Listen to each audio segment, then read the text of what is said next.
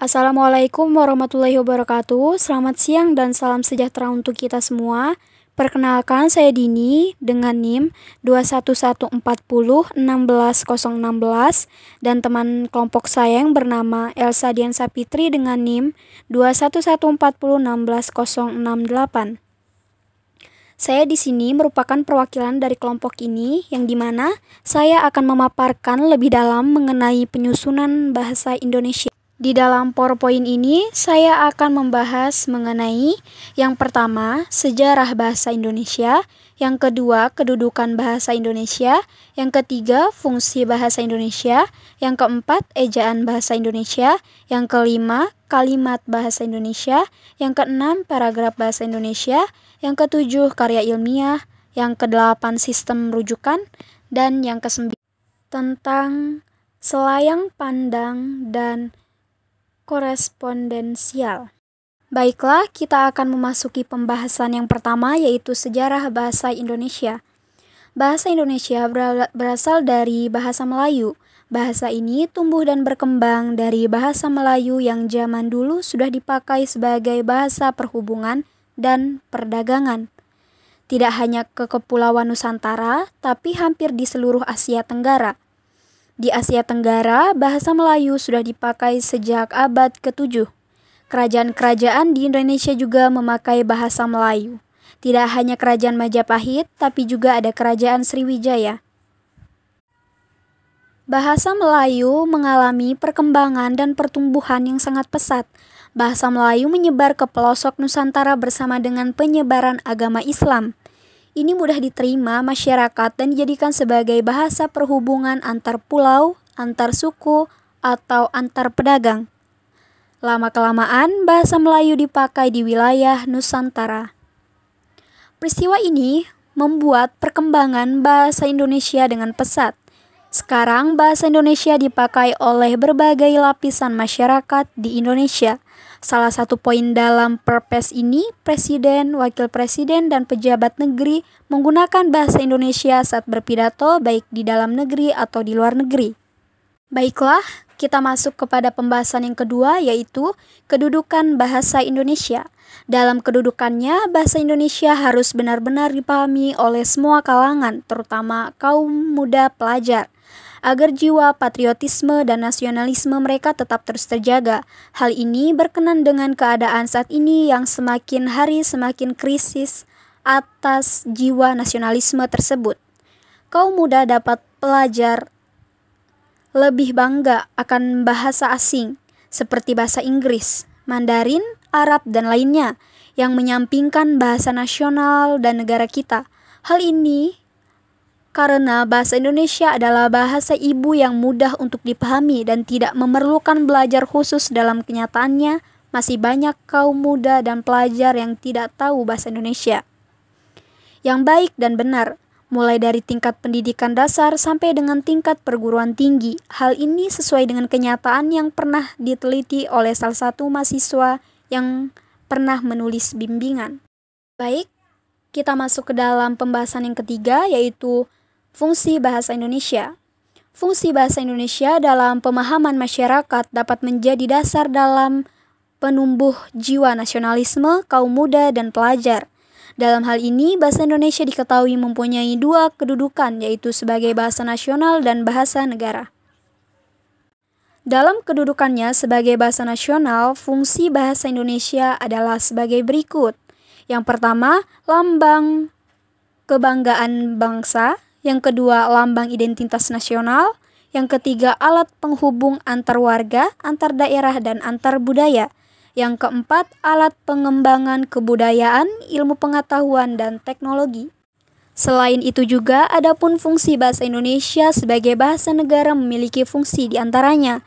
Yang pertama, bahasa resmi kenegaraan. Yang kedua, bahasa pengantar dalam pendidikan. Yang ketiga, alat penghubung tingkat nasional. Dan yang keempat, alat pengembangan kebudayaan, pengetahuan, dan teknologi. Oke, baiklah, kita akan masuk ke dalam pembahasan yang keempat, yaitu ejaan bahasa Indonesia. Ejaan dapat diartikan sebagai kumpulan peraturan penulisan huruf, kata, serta penggunaan tanda baca. Menurut Yunus Abidin, ejaan merupakan aturan yang melambangkan bunyi bahasa menjadi bentuk huruf, kata, serta kalimat.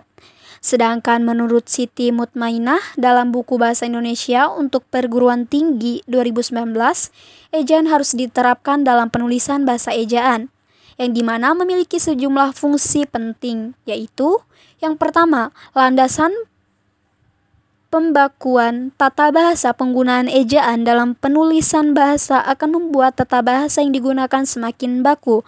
Yang kedua, landasan pembukuan kosakata serta istilah tidak hanya membuat tata bahasa semakin baku, ejaan juga membuat pemilihan kosakata dan istilah menjadi lebih baku.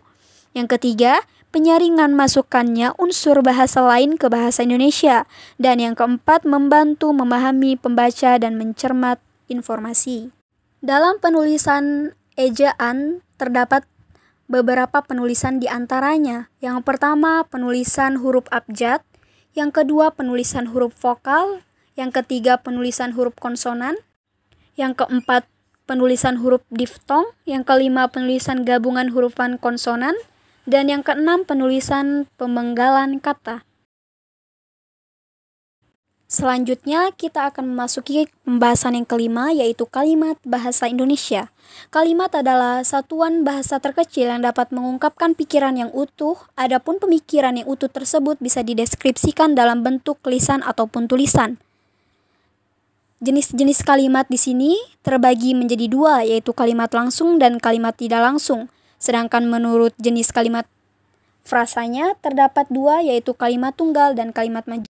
Adapun jenis-jenis lainnya seperti jenis-jenis kalimat berdasarkan isi atau fungsi, jenis-jenis kalimat berdasarkan unsur dan kalimat, jenis-jenis kalimat berdasarkan pola dan predikat, adapun jenis kalimat berdasarkan gaya penyajian, dan jenis kalimat berdasarkan subjeknya. Baiklah, kita akan memasuki pembahasan yang keenam, yaitu paragraf bahasa Indonesia. Paragraf adalah gabungan beberapa kalimat yang saling berhubungan dan menghasilkan suatu tema tertentu. Umumnya, paragraf terdiri dari 4 hingga 10 kalimat, tergantung pengembangan gagasan yang diinginkan penulis. Di dalam paragraf ini terdapat unsur-unsur paragraf, jenis-jenis paragraf berdasarkan tujuannya, jenis-jenis paragraf berdasarkan letak kalimat utama. Baiklah, kita akan memasuki pembahasan yang ketujuh, yaitu karya ilmiah. Karya ilmiah adalah karya tulis yang dibuat untuk memecahkan suatu permasalahan dengan landasan teori dan metode-metode ilmiah. Di dalam karya ilmiah ini terdapat struktur karya ilmiah serta ciri-ciri karya ilmiah. Dapat dilihat ya di sini terdapat ciri-cirinya, ini terdapat 9.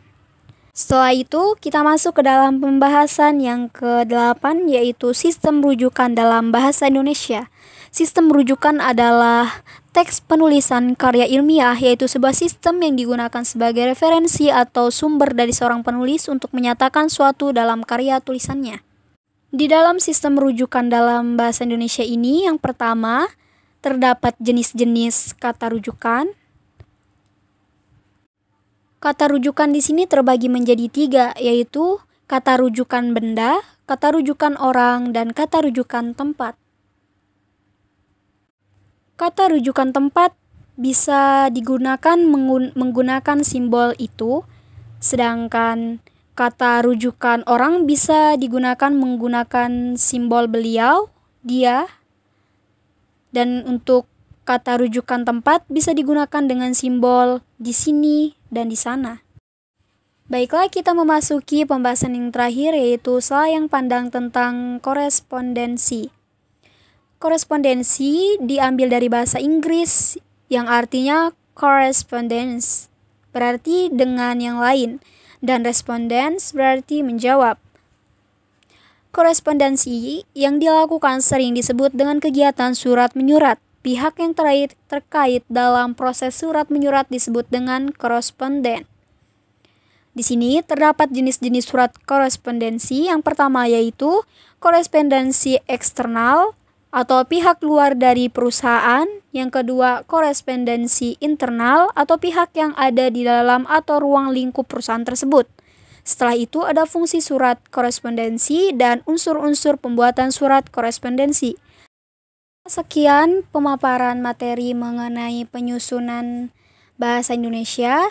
Jika ada salah kata dan kurang pemahaman mengenai pemaparan materi yang telah saya berikan, saya mohon maaf. Wassalamualaikum warahmatullahi wabarakatuh. Selamat siang semuanya.